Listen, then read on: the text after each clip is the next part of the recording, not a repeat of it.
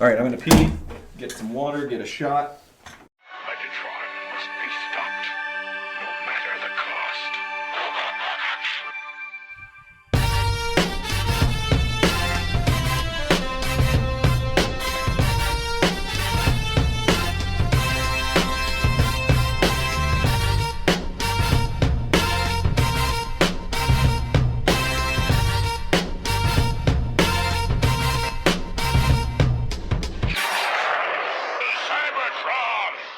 Hello, ladies and gentlemen, and welcome to the Autopod Decepticast. This is your weekly podcast that delivers a minute-by-minute breakdown of the 1986 Transformers movie. And this is episode 82, and we are going to be kicking it off at the 1 hour, 21-minute mark and taking it all the way to the 1 hour, 22-minute mark.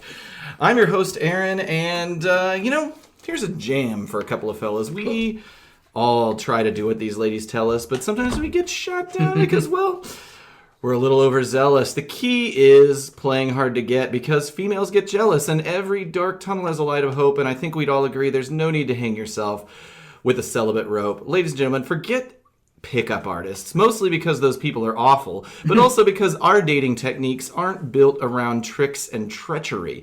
Our program consists of one simple technique focused on building you up, increasing your confidence, making you more open to risk, and all of that is really the key to success in life and romance. I'll share a couple success stories, courtesy of my APDC co-host here. Take Ryan. He's going to a movie. The movie costs $5, but he doesn't care about that shit. What he does care about is that just as the theater starts to get dark, he notices a fine woman sitting in the row. Ryan, how was she dressed?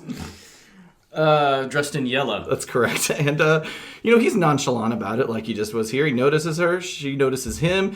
She speaks, "Hello, come sit next to me, you fine fellow." And I went over there without a second to lose. and what did you do? I busted a move. That is the key. That is our system. Let's take one more scenario that Caleb was involved in recently here. You see, Caleb has a best friend named Harry, and he has a brother, Larry. And Larry calls Caleb up and is like, "Listen, I know this is really short notice, and I know you're actually much better friends with my brother, Harry, than you are with me. But listen, I'm getting married in 5 days, and I really, really want you to be the best man. And so I'm telling you this on a Tuesday. The wedding is Saturday. Can you do it?" And Caleb's like, "Neato." He buys a tuxedo. He shows up for the wedding. He's standing in line with the groomsmen, just letting his mind wander, but a gnat or something gets in his eye. He starts blinking. But a bridesmaid just happens to be looking at him, and she thinks he's winking, and she thinks he's kind of cute, so she winks back. And which makes... How's he feeling? He feels really great because she's a pretty lady. So he plays it cool. He waits for the reception, which is jumping, by the way. He sees her, his heart's thumping, and you know what she says to him? Do you know what she says? She says, "I want to dance to a different groove." And what does Caleb do? Caleb, what did you do? I busted a move. You see, ladies and gentlemen, bust a move, registered trademark, Autopod Decepticast, is a tried, true, 100% guaranteed methodology. Boost your confidence. Earn the love and respect of romantic prospects. And unlike our competitors, you won't do it in a creepy or predatory way. That's the APDC promise. I just realized that whole song is just falling ass backwards into pussy. It really is. Basically, just be a bumbling boof. And It's showing up's 90% of it. Yeah. The woman makes the move in every And let me tell you, scenario. that doesn't happen. I was thinking about Rapper's Delight the other day, because I love story rap, and I thought that song is weird in that the last verse is just about food. Yeah, It just takes a turn. I love story rap. It is a thing I think I miss about rap in general. I think I just like story songs because that's why I like old country songs. I just like the story about a guy who's got no legs. Okay. I don't know if I gave you a proper intro. I mean, you're introduced. Yeah. I'm Ryan. I'm Caleb. Bust a move. Two men who found love, romance, Yeah. through the method. Right. Bust a move. I did. Quick note of reminder to anybody who's just picked up on the Autopod Decepticast, you should not listen to this episode. In fact, I'd recommend really any episode, but this and Or don't maybe listen the to the previous podcast one. at all. Who cares? We're closing out on this journey, and we're basically victory lapping through the credit sequence here, and we've been covering the movie minute by minute for over a year. So I'd recommend you go back to number 1 There may be even our Christmas 0? episode, number 41. Or what the hell? Maybe you don't care about the animated parts of the movie and you only tuned in, for the credits, which is fine. But I think you're missing out. That is on you. Bit of news before we get into it. Dateline, Transformers. Good evening, Mr. and Mrs. America and all the ships at sea. The Autopod Decepticast has news. Let's go to press. Of course, we've said this will be the last time we say we're going to be at TFCon 2018, Chicago. Come watch us embarrass ourselves. Doing what we're doing here, more or less, with our friend, the legendary Mike Cyber. Absolutely. And, as to the timing, we believe it's going to be on Sunday, but let's not worry about that. You're going to be there for the weekend. You'll be there Saturday and Sunday, surely. Be there and be square. TFCon USA 2018, October 26th through 28th, Crown Plaza, Chicago, right over by that airport, baby.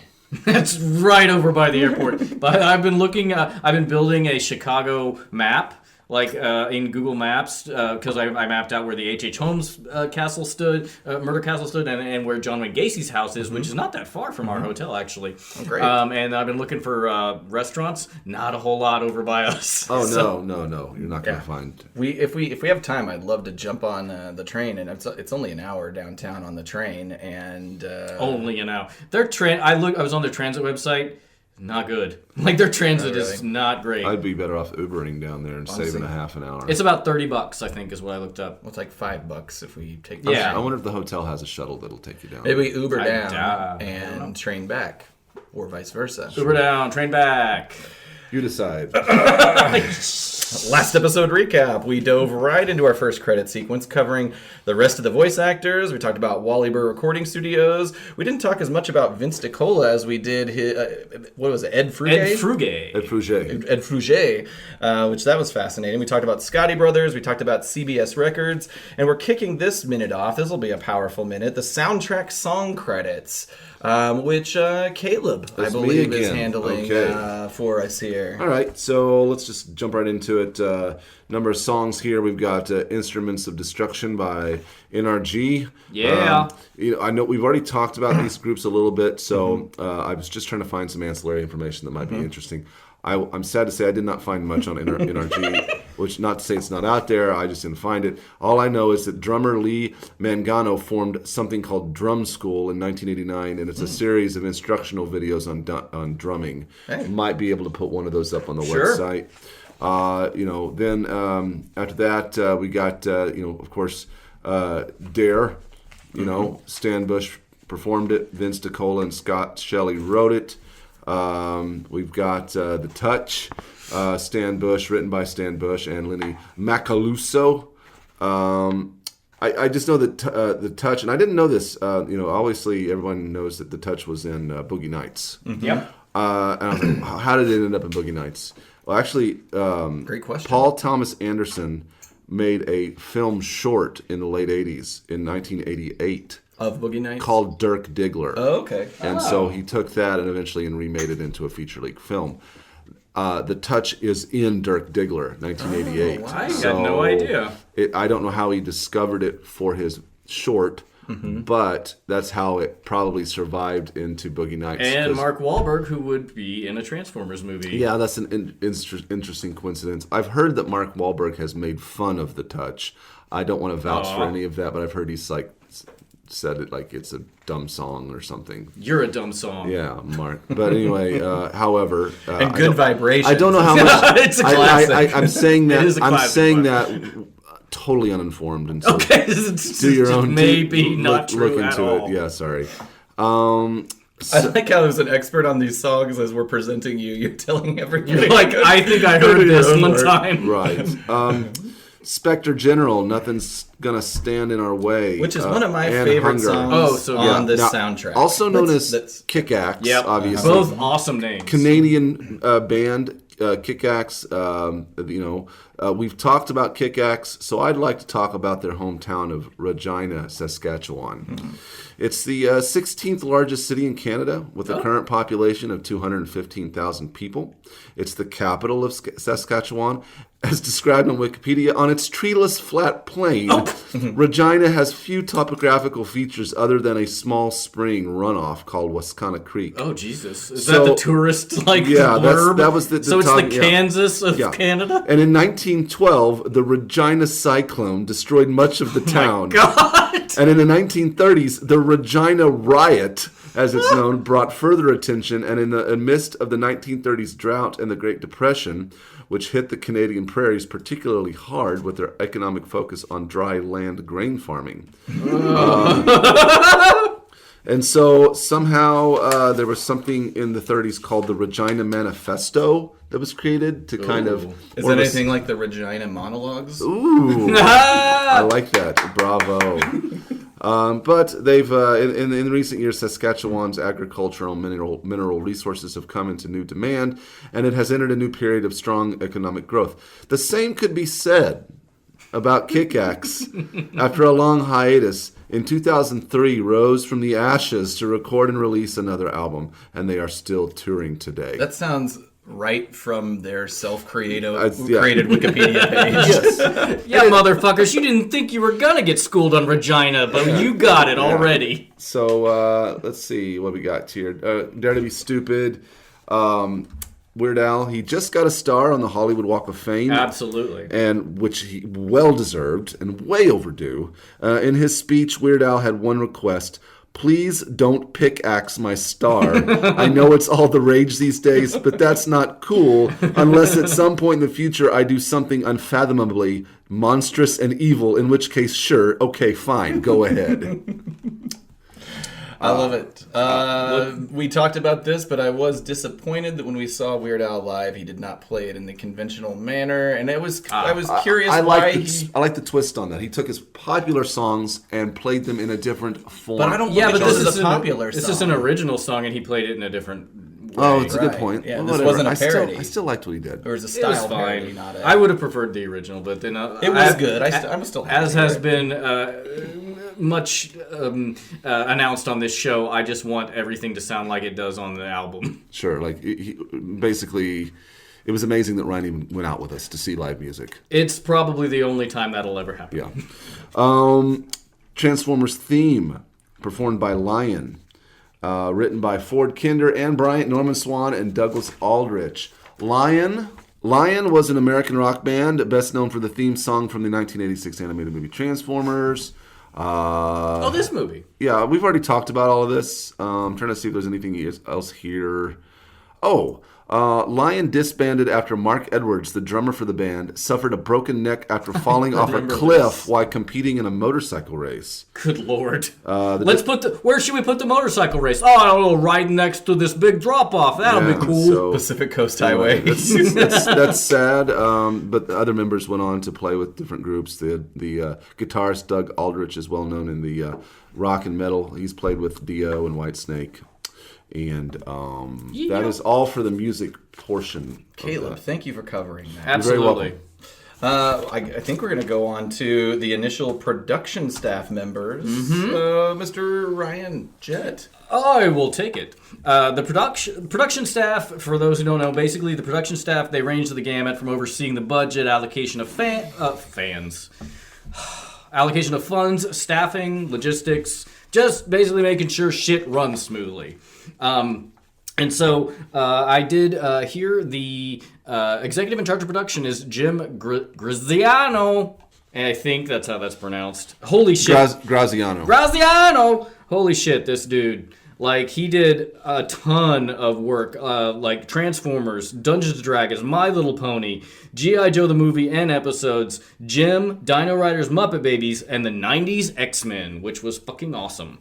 And so in researching all these people, like, who've done all this work, I'm like, I wish I could reset my life. Just to, maybe I'd make better decisions.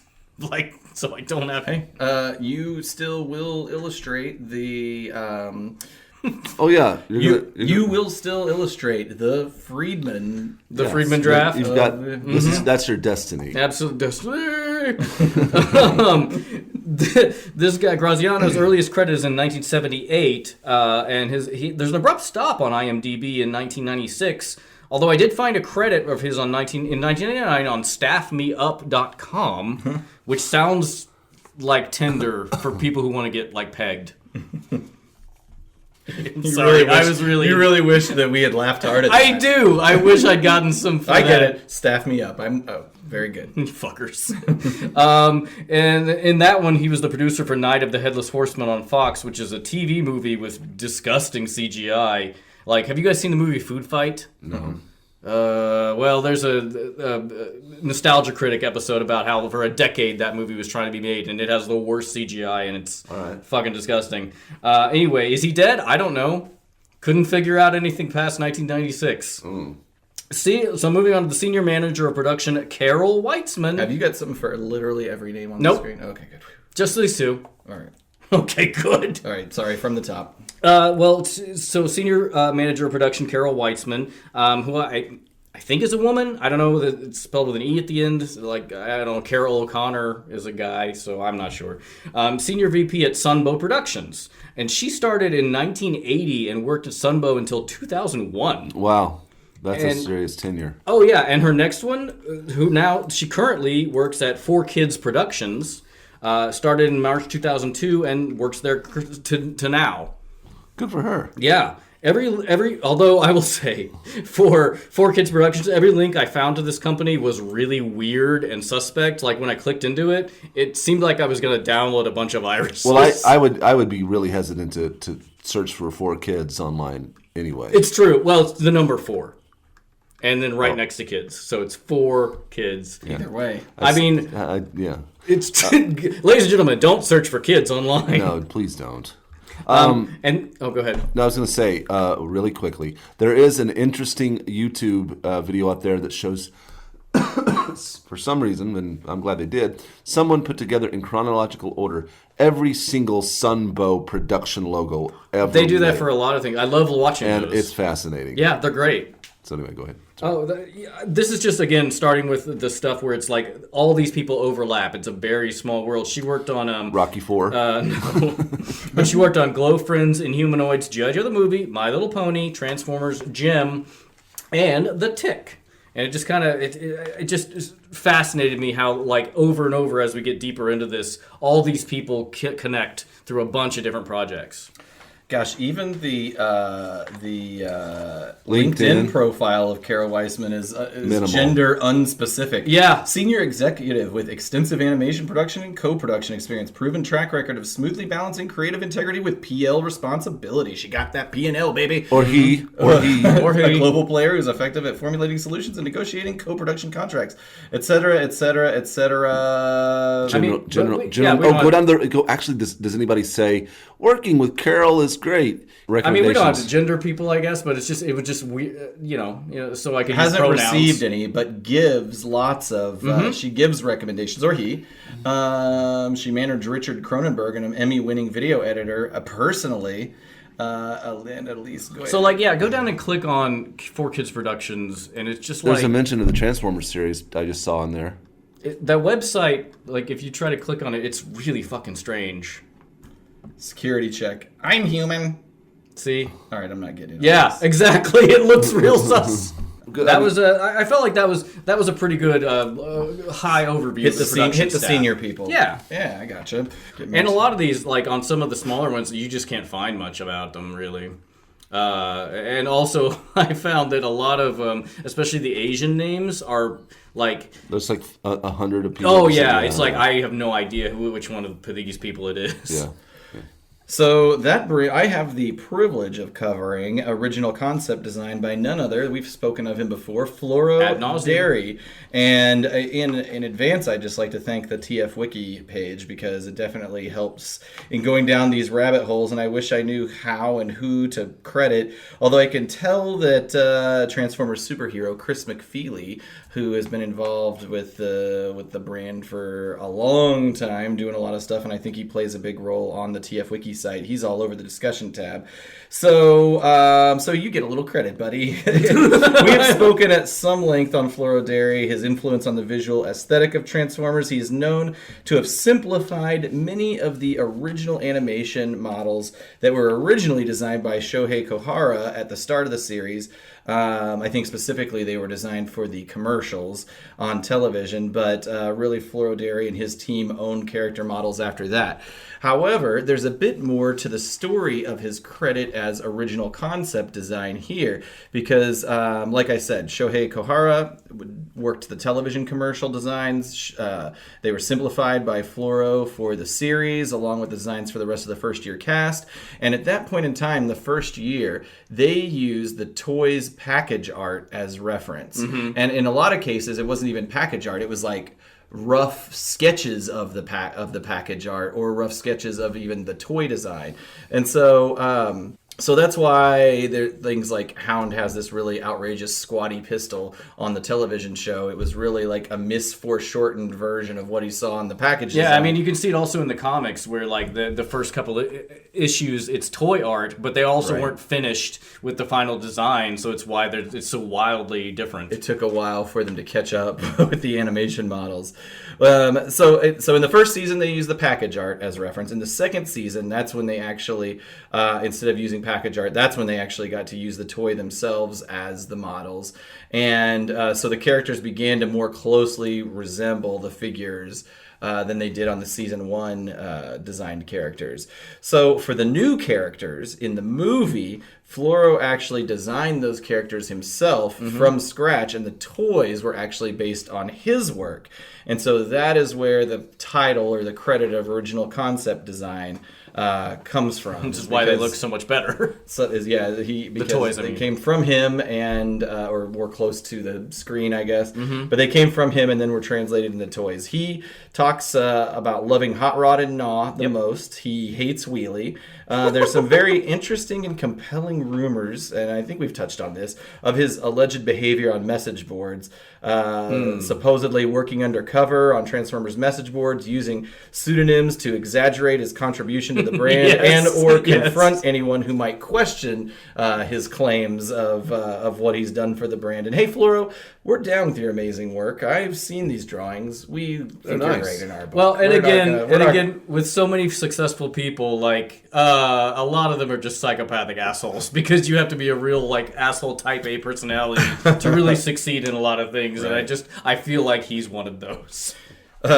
Personally notable. So Mr. Dairy is Filipino. My wife is Filipino. So I was very excited to tell her, as all cultures do, Filipinos seem to have an inordinate amount of passion and pride when one of their own kind of makes good, particularly from a global pop cultural sensibility. That's why we watch Oh, I'm sorry. Oh, no, you go ahead. I was going to say that's why none of us have any interest in boxing, but we watch the Manny Pacquiao fight. Well, no, exactly. I was going to say, so, I feel like all Filipinos inherently know everything about any Filipino celebrity or part Filipino celebrity. So Vanessa Hudgens, check. Manny Pacquiao was a big one. That guy from the Black Eyed Peas. That guy. Don't even get me started on Bruno Mars. So when I told her that somebody from the Pearl of the Orient Seas was one of the major contributors to this thing that I love second only to her. Fuck the kids. She was like, meh. She didn't care? She didn't care. Oh, God. Actually, a lot of Filipino people worked on this movie. Yeah. And it's because Toei... don't get ahead of things. I don't want to get ahead. I'm just saying that Toei outsourced a lot of stuff to the Philippines. Wow. Okay, well, I didn't mean to bring it to it. Welcome to the conversation, Philippines. Happy to have you here. So I don't even know how to transition. I don't know. That takes me to my next section here of character and background design. So with the kickoff of Fluoro, the rest of the art department, starting with, I'm assuming 11 men here, who were part of his team of character and background design. I think the title says it all. These guys literally help design the characters and the backgrounds, which doesn't necessarily mean that we see their work on screen. Rather, they were kind of the more strategic planners. Sure. Like the sketch artists that set up the vision. I will say what the would be on backgrounds in screen. this movie are amazing. Like, Yeah, I they're love great. the paintings, and I don't know that necessarily that's what they did, but like they set up what was going to be the backgrounds, and like the animation is scattershot, but I think like all the backgrounds are really good. Yeah. No, I agree. And much better than they were on the television program as well. But yeah, I think like a lot of the sketch. I mean, you find a lot of Florodary sketch art out there of like scenes and backgrounds and things, and I assume that's basically what it was, and it ultimately got translated in cell form. But most of them, I'm not going to go through the names, but most of them were in the art and animation department for all of the Transformers series, and all of them have a long list of work and series of their name. Many worked on G.I. Joe, Visionaries, your favorite Dino Riders. Your favorite. I should say Ryan's favorite Dino Riders. RoboCop, various Marvel properties, and at least one, I'm not going to say who, has a credit on the art department of the Oscar-snubbed film, Dude, Where's My Car? Are you not going to say who because you don't know? Well, I didn't write it down.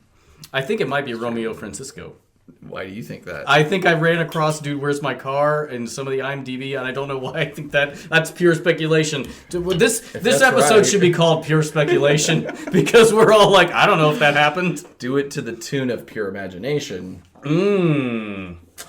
Ryan. Yes. We're going to close this minute out with storyboard artists. Okay. Close us out. Let's do it. Close it out and close it up.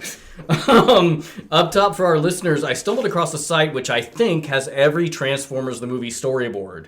And that is tfraw.blogspot. Don't Google Blogspot. That is something completely different. Don't Google TF-Raw. tfraw.blogspot.com. Whatever. I'll post a link. Don't do it. TFRaw.blogspot.com. It does. I I might have just been jerking off. I can't remember. Another weird thing is that a lot of these, the artist crew seem to use pseudonyms or like other names. And I'm like, I don't know if they're committing crimes or that's just common where you work on movies and use a different name. And up top, I want to also apologize to our Asian listeners because I'm sure I'm going to fuck up some of these names. I'm not a linguist. I will be someday, but not today. So, here we go. I actually basically just did like some short, like, here's what they worked on, here's maybe an interesting fact about them. Del Barras, the first credit is with the Transformers series, also worked on G.I. Joe, Captain Planet, X-Men, and is currently still working as a storyboard artist.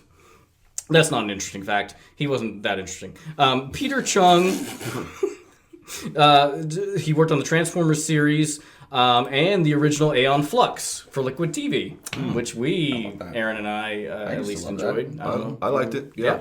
Great stuff. Caleb liked it too, everybody. Lots of Rugrats work, and also was the animation supervisor for Cops. Bum, bum, bum, bum, bum, bum. That's right, fighting that crime, and that's Fighting future crime time. today, which is more in the future than Yeah, yesterday. we realize That's right. we realize you're watching this in the past. So fuck you. He was also the production assistant on Last Man Standing with that Bruce Willis movie, which was a remake of Fistful of Dollars, Akira Kurosawa's Yojimbo. which was remade as a Fistful of Dollars. I believe that is an inspiration. This was a direct remake. Anyway, but all right. So we go on to Jim Gomez, who is credited as James Gomez. This guy did a lot of cool shit. He-Man, She-Ra, G.I. Joe, Tiny Toons, Ren and Stimpy. I noticed he was married to someone that had their own IMDb page, Louis Garneau, since 1985, and I kind of hoped that it was Transformers that brought them together, but nah, it was just his husband had acted a little bit, and that's it. So, nah. All right. It could have been better, but I just that was fun. Ernie, I would have liked it better if Rocky V brought them together. the worst of all, the worst meet cute ever, Rocky V, who nobody likes. Ernie Guanlao G.I. Joe Guan Lao. Guan Lao. He is a Guan Lao. Tiny Toons, Animaniacs, X-Men, and Kim Possible. He's a Libra. Su Young Jong. He was mainly directed something called Space Transformer. Su Young Chung. Yeah, that's what I said, I think. And then also did 25 episodes of a TV series in 1996 called Jesus, A Kingdom Without Frontiers, which just made, like, I looked it up and I was like, it just made me think of the Squidbillies. Every time I see a picture of Jesus, I just think, hey, thank you, White Jesus. I don't know, I guess never you guys really watched liked that show. Squidbillies. David Shin, he has the smallest number of credits so far. He did some Batman Beyond, some Superman. Couldn't find anything else because David Shin is like the Asian version of like John Smith. Sang Il Sim. This guy had two fascinating credits. One is a current show on Adult Swim called Mike Tyson Mysteries, which is a macabre comedy. Retired boxing champion Mike Tyson, his brainy adopted Asian American daughter, a friendly but wimpy gay gentleman ghost, and a cursed, perverse, mean-spirited talking pigeon solve weird mysteries together. Sounds like the ghost of the iconic moment would fit right into that. Absolutely. Yeah. He also is credited as a food and food stylist on a bunch of stuff. So, as far as I know, the Ghost of the Iconic Moment is cisgendered and straight. Absolutely. But I don't know, honestly, anything really about that guy. I mean, Do we really know anything at all about him? I don't think so. He's mysterious. Yeah. And lastly, we have Romeo Tanghal, which is, I'm sure, not how that is pronounced. Did Transformers, Jim, G.I. Joe, the series and the movie. And there's a gap of like 10 years where he comes back to do one episode of Extreme Dinosaurs. And I just did, after a cursory Google result, I figured out, oh, he's an award-winning Filipino comic book artist who worked on Batman and Teen Titans. That is pronounced Romeo Tanghal. Yeah, I know. I was being funny. Oh, okay. I'm sorry. Or just an asshole. I'm sure he appreciates that. Yep. Are you listening, Romeo? I'm done. Yes. Just screaming. Well, that brings us to the end of this minute, everybody. Next time on the Autopod Decepticast. We're going to talk animation, we're going to talk editing, we're going to talk story consulting, we're going to talk the art of sound recording with our main man, Mike Seibert of Mike Seibert Absolutely. Radio. So Clip, look clop, forward, look forward to that next week, and look forward to TFCon Chicago, where we're going to be. While you're listening to this, We're going to be doing that. In the elevator. oh, you remember what's going on there. Oh, yeah, baby. And if you haven't bought your tickets yet and you'd like to do something that day, go ahead and go to that, October 26th through 28th. And aside from that, we'll continue to be on iTunes, Stitcher, Google Play, and TuneIn. And go to our shop, which is definitely operating by now. Yeah. You can find us at Autopod Decepticast in all of those various social media platforms. And of course, we'll be loading up the web presence at autopoddecepticast.com with lots of little nooks and crannies of information. Just like, Right? yeah, absolutely. There's going to be, these episodes have a lot of connectivity where there's going to be some fun stuff on the website. It's just going to be a lot of Rocky shit. It's all, I just put the whole movie Rocky up just over and over. Rocky 5, specifically. Rocky 5, yes. All right, thanks, everybody. Bye. Bye. Do you think anybody's listening to these episodes? Yeah. Sure they are. I think they are. Sure.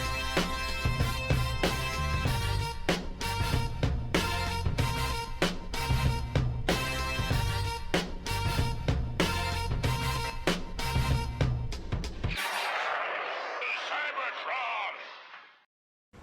And they had sorority babes with the slime ball bolorama on there. I don't know why you think I would know that It somehow. was on Up All Night a couple of times. I thought you might have caught it. I don't remember any Up All Night movies except What for about that. the one with the big fat sheriff with a big black beard? That was, I do remember that No, joke. it was- I remember that joke by Gilbert Gottfried. Yeah, it was Sheriff Big Fat Slob with a big black beard. That's also the only thing I remember. I can't remember what movie that was. I also remember the movie where the kid shrunk down and ended up in a vagina. Yes, he shrunk down and he was on a bicycle seat and got inside a girl's underwear and she gave her an orgasm in And class. He was getting all wet and he was getting splashed And on. he got doused in liquid, yeah. was And like so there was her stupid. pubic hair were like big tree trunks, kind of like Unicron's hand. Yeah, the way it's discussed in the your version, your script. Yeah.